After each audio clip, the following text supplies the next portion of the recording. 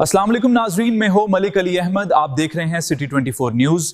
आए आपको ले चलते हैं आज की अहम खबरों की तरफ।